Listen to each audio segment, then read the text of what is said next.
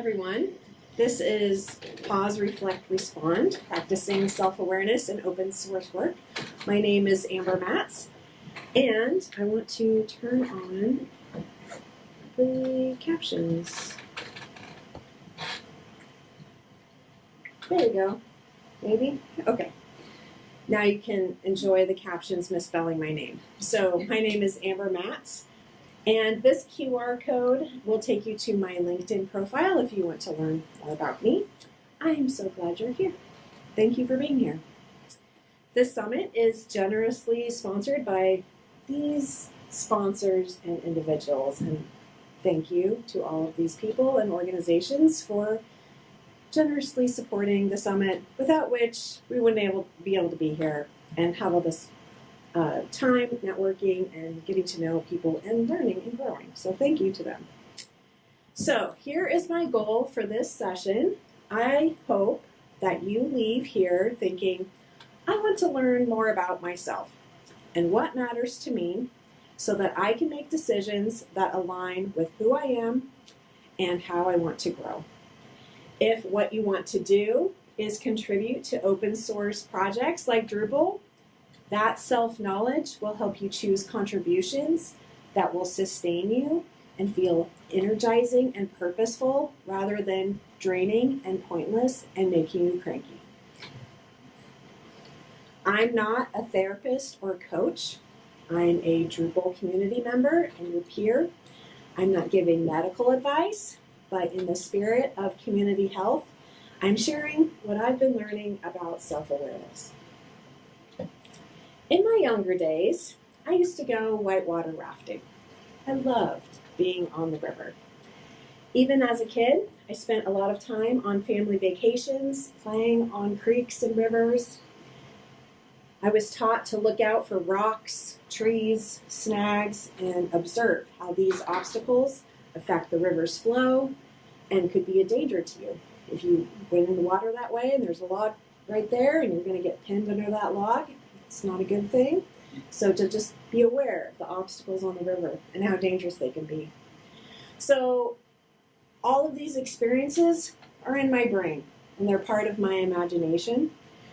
And so last year or so, when I realized that who I am and what I want to be and how I want to show up were really not being very well supported by my own life choices, I felt like I was going down a river that I no longer wanted to be on.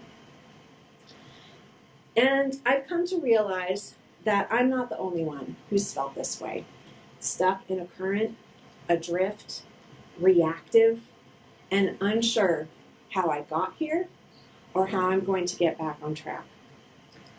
I was struck by everything that I didn't fully understand about myself. Who am I? What do I value? What do I need to change? How do I want to grow? How do I navigate this river of my life? Are there rocks and logs ahead? Falls? Have I passed the point of no return? Or can I get off this part of the river and pick a new part to explore? And the only reason I was asking these questions was due to what I was learning about myself through a new intentional practice of self-awareness. So, what is self-awareness? It's your ability to observe what you're thinking and feeling, understand how that impacts your beliefs and actions, modify your actions to better align with your values, and that's internal self-awareness. There's also external self-awareness, which is observing and understanding how others perceive you and your actions. But in this session, we're going to be just talking about internal self-awareness. Don't we always act in accordance with our personal values? You would think so, but humans are a lot more complicated than that. We often don't know what our values are, which makes it pretty difficult to assess whether our actions are aligned with them. To increase your self-awareness, these are the questions that we ask. Who am I? Where am I? How get here? Where am I headed? What do I need to change? I'm going to lead you through each of these questions. There's going to be some time to pause and reflect. Feel free to grab your favorite notes app or piece of paper or your laptop to participate. This isn't a fully interactive workshop type of setting, so we really aren't going to dig in as much as you would in a leadership workshop or a workshop on this topic, but hopefully it gives you a taste of how to get started in this practice and what kind of reflection this is and maybe how it could benefit you. At the end of the talk, I'll be sharing some resources that you can use to dig in on your own. Self-awareness helps us understand why we make the choices that we do and how we want to move forward. When we act in accordance with our values, we experience less stress, more clarity, and deeper connection with others. A lot of us, we want to improve our lives, but meaningful change doesn't start with a quick fix. It starts with getting honest about where you are right now. A good first step in increasing your self-awareness is identifying your core personal values. What truly matters to you. You can have many different values, but there will be one or two, three, that will truly define who you are at your best and serve as a filter for making hard decisions. In open source communities, there are often strong project values that show up in leadership or community norms. Those might be values like giving back, volunteerism, collaboration, or freedom. These are great, but they don't have to be your top personal values. Knowing your values will help you recognize what values others are acting on, even when they're different from yours. When I first started getting to know folks in the Drupal community, after landing my first full-time job as a Drupal developer, this was a long time ago, I met people who were passionate about free and open source software. They valued giving back, and by that I mean contributing code and working on issues, a lot of times on a volunteer basis. My highest values at the time were financial stability, creativity, and family. I was mostly interested in Drupal because it could help me pay my bills. And I limited my contributions to hosting lunch and share conference calls, event planning, and community building. My weekends were spent exploring the outdoors with my camera or spending time with my nieces, not reviewing patches or spending time in the issue queue. This is how I used my values as a determining factor in how I would show up to contribute in the Drupal community. I may not have shared those die-hard free software values as strongly as some of my Drupal friends, but I could still contribute alongside them in my own way, and as a result, grow as a person and be energized in my contributions. So, let's take a moment and pause and connect this with your own experience. The next slide has a few short questions. You don't have to share. This is just for you to think about. What matters most to you? Let's take a moment to pause. So I'm going to have several of these types of screens, and we're going to have a pause, reflect, and respond moment, okay? First, let's pause. Maybe take a deep breath. It's totally fine to breathe. Give some oxygen to your brain. It's a good thing. Think about, what are you doing when you feel the most proud, energized, or fulfilled?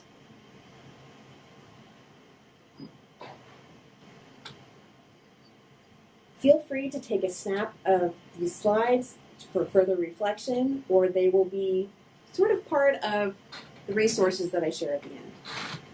What do these activities say about what matters most to you?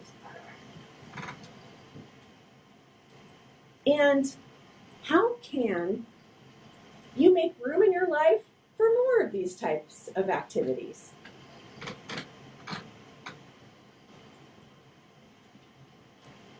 This session, I wish it was, but it's not about finding your values. So I want to invite you to take a photo of this slide. There's some great resources on here for how you can dig in to finding your personal values. This was a huge pivotal moment for me when I started even considering this.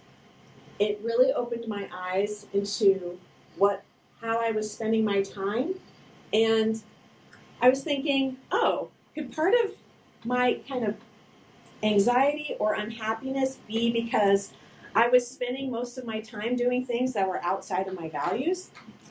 The answer is yes. And so figuring this out and how these shift over time was really important to me. And also, I'm sorry, I don't want to bring up any trauma or anything, but during the pandemic, I operated on values that were certain values, and those values are no longer relevant to the world that we live in. And so there was this real transition point that was very hard. Lots of gears grinding to figure out, okay, well, how do I want to live now? Okay? And so that was kind of contextually part of the story that I was dealing with. So where am I? I'm going to treat this literally and figuratively. Of course, this is a question in self-awareness that is really about your life. Like, where am I in my life? But it's also like, where am I physically? We're here on October 18th, 2025 at a regional Drupal event about a 20 minutes drive from Portland. It's early on a Saturday morning. It's the first session slot of the conference. You may have traveled far to get here, or you might have driven across town like I did. We all arrived here in different states of mind. And outside this place, the world marches on, quite literally in a couple of hours. There's some major things happening in the world, and you're likely aware of how much Portland has been on the news. And you also have a lot of things going on in your own life. I know I do. Maybe you're in the midst of a major life change. If you're feeling distracted or unsettled or tired or just not all here yet, it's totally fine. It's okay. One of the most generous things that we can do for ourselves and each other is simply to check in on where we are right now without judgment. And mindfulness is a tool that we can use to do that. Sometimes when we talk about self-awareness, the word mindfulness comes up. I remember when I first learned about self-awareness, I was like, so what is self-awareness? Is it mindfulness? Is that what it is? Because I didn't know about either one of those things. People ask, are they the same thing? And they're definitely related, but here's how I see the difference. Mindfulness is the practice of observing the present moment without judgment. It helps us see what's happening right now. And self-awareness takes that insight and zooms out. What does this moment tell me about what I need? What do I value? And how do I want to respond? So take a moment to check in with yourself. What are you feeling right now, physically, mentally, and emotionally? What do these feelings tell you about what you need? Do you need some more coffee? Maybe another breakfast taco? Maybe you need to check in with your spouse about your kids. Maybe you have something going on that is distracting you and you need to check in. Or maybe you just need to take care of yourself in some small way or big way, whichever, any kind of way. You don't have to feel perfectly focused and grounded here today. If you're feeling distracted, take a moment to consider what it is that you need. How did I get here?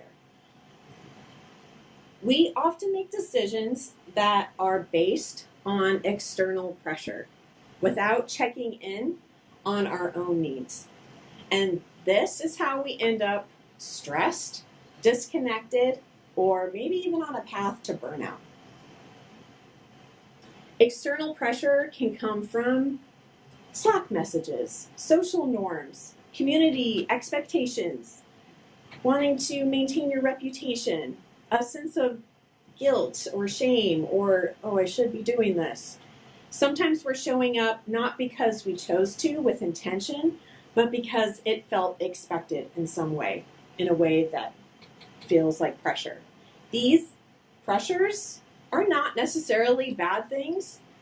It's just that they may be effective in derailing you from spending your time doing things that align more closely with who you are and what's important to you.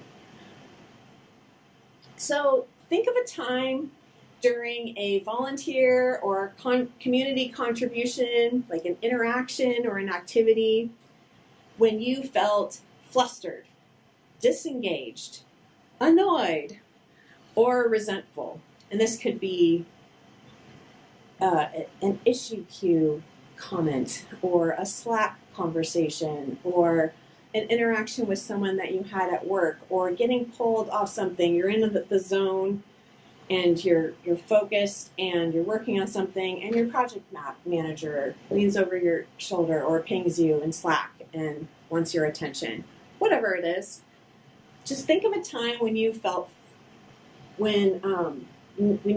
flustered or annoyed. And so now let's pretend, or for real, practice self-awareness. So pause. How does it feel when you succumbed to that pressure? When you contributed mostly out of external pressure instead of intentionally because you wanted to?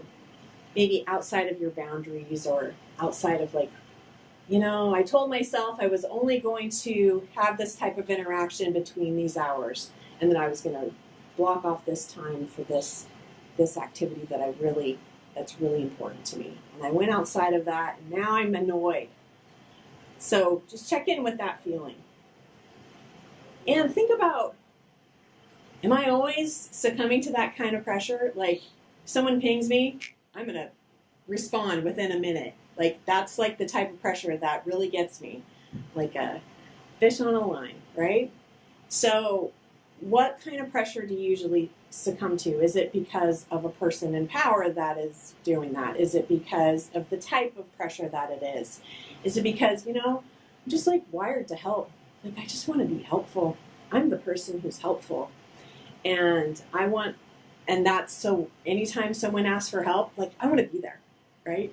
And so forget about the big focus project that I want to work on. Oh, someone needs some help? Okay, I'm helpful. I'll be there. And that's the type of external pressure that I respond to, that I need to work on. And sometimes it's kind of annoying when they're like, oh, thank you, Amber, so much. You're amazing. And I'm like, oh, I didn't think, I try not to think that way. But I'm just saying that, like, when you are responding to external pressure and then you get annoyed after that, like, maybe stop and think, oh, I'm annoyed right now. Oh, I just jumped on that ping. Maybe I should have turned off notifications for an hour because this was really important to me. Okay, next time I'm going to do that. So I'm going to respond in the future. How I want to grow as a person is set something up to help me grow, and so that I'm not feeling annoyed all of the time. How do you want to show up differently next time? Okay, so let's pretend that you've spent some time thinking about your core values. You're using those resources that I shared, and you dug into this, and you thought about what kind of external pressures that have been influencing your decisions. Where are you headed now? What's next for you? You're starting to get a clearer picture of who you are, where you are, and how you got here. What decision are you facing? And how can you let who you are, what you need, and what you value guide that decision? It would be a huge understatement to say that there's a lot of change going on in our industry right now. Are you going to show up in a panic? Or are you going to show up with intention, aligned with your core values and beliefs? Think about what type of contribution you want to make next. What's something you're interested or curious about? What's a change that you've been thinking about making in your job or how you contribute? Or something totally personal, like outside of that realm. Perhaps it's a change you've been forced to make through a layoff or through other circumstances, or maybe it's something that you're choosing to do. So what's next for you? What's that big decision that's weighing on your mind? Maybe it's a medium, big decision, whatever. Like, what's something that's weighing on you? How do you feel about making that decision? What kind of emotions are involved with that? Just check in with how you're thinking and feeling about this decision. Are you considering options that support your values? And what are those values that are really playing into that decision-making process for you? Is it like, oh man, the money has got to be there. Got bills to pay. Are you operating out of a value of like, I want to have a stable financial situation for my family because when I was raised, it was hit and miss. It wasn't stable, and so that's a value that I have. Totally fine. Or is it more like a kind of this panic anxiety feeling where it's really out of external pressure? Do you see the difference between responding out of pressure versus responding out of your value? And decide how you're going to respond. How can you bring your needs and your values, what's important to you, into this decision? I'm in a job search right now for the first time in 12 years. It's a really interesting thing, and I've known that it's coming because I've been part of our company for a long time, and I know what's going on financially. And so I've been doing a lot of thinking about who am I? What do I want? How do my skills and capabilities, my passions, my personality, how does that translate into vocabulary that is not creating tutorials for Drupal, right? So it's really tempting as I'm looking at these job listings, be like, oh, that's a fair salary. That's very nice. Yes, let's get the money. I could probably conjure up like a story that would fit into this job description. And it's like really tempting to kind of morph yourself into something that is going to like meet some kind of panicked need, instead of really grounding myself into, whoa, what do I want? Who am I? Wouldn't it be better if I could find a job that is as aligned with my values as my current career has been so far? Like, that is what's really made me happy. And that's really what's helped me have the relationships that I have and help me show up at my best. And so I need to carry that forward, as tempting as it is to like, oh yes, pay no attention to the curtain. I can just be whoever you want me to be.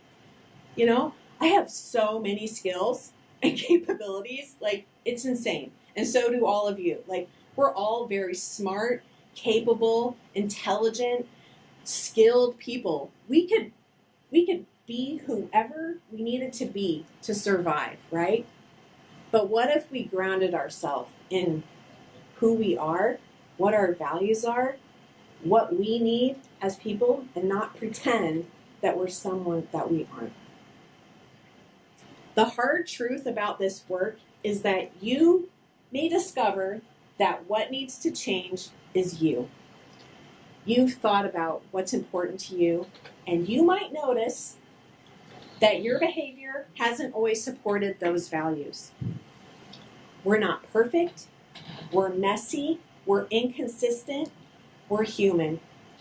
And the power of self-awareness is the insight it gives you not only into who you are, but who you want to become, how you want to grow, how you want to show up better next time.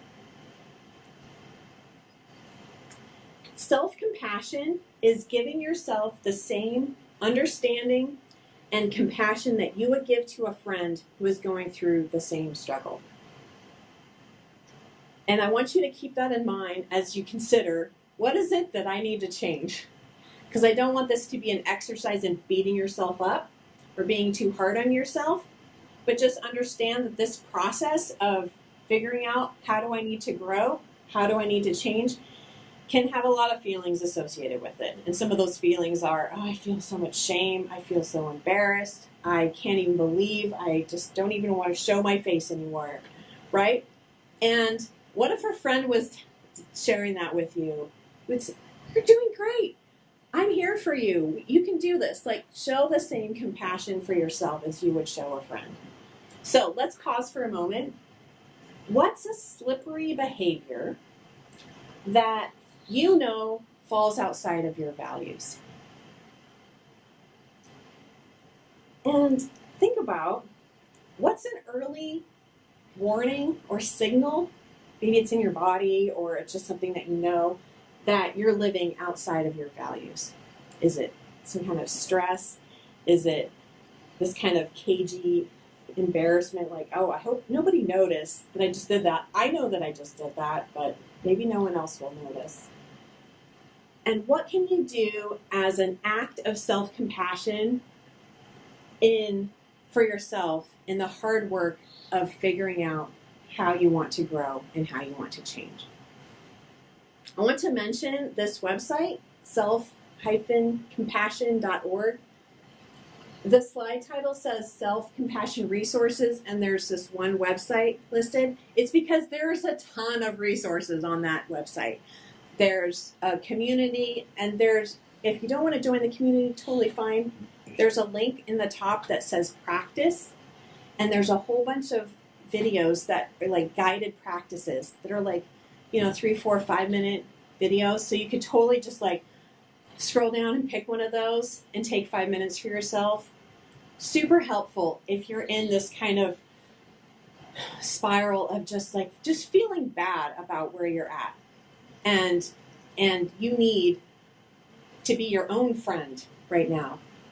And so I really encourage you to check that website out. Okay. So that's kind of the broad overview, self-awareness, and what a self-awareness practice might look like. Let's review the definition. It's your ability to observe what you're thinking and feeling, understand how that impacts your beliefs and actions, and think about modifying your actions to better align with your values.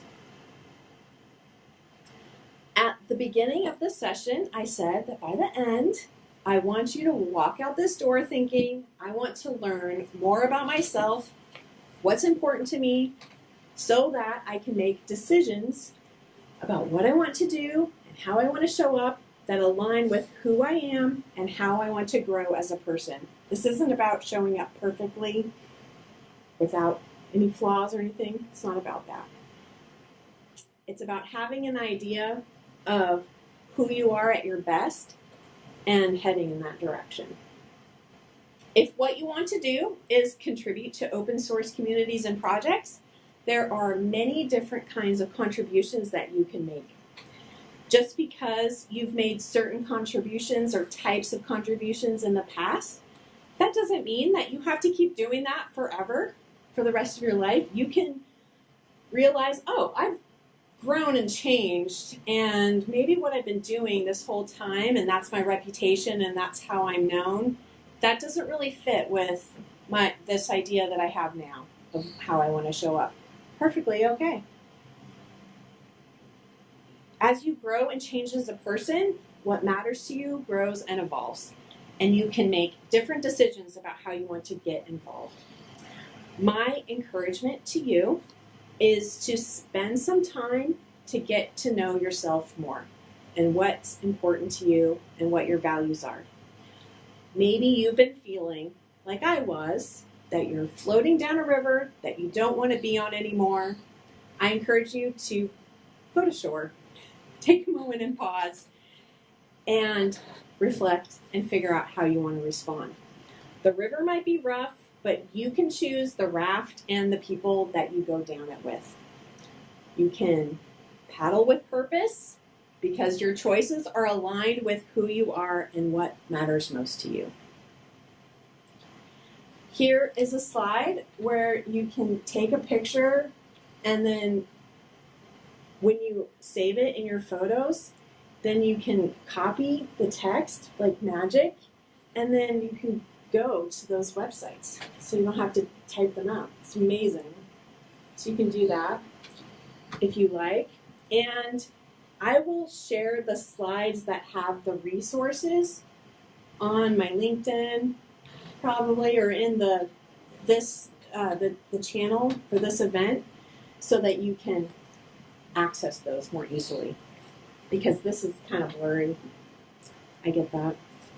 Thank you for being here. I appreciate it. You can find me on Drupal.org, the Drupal Slack, or on LinkedIn. You can scan that profile or do the searching.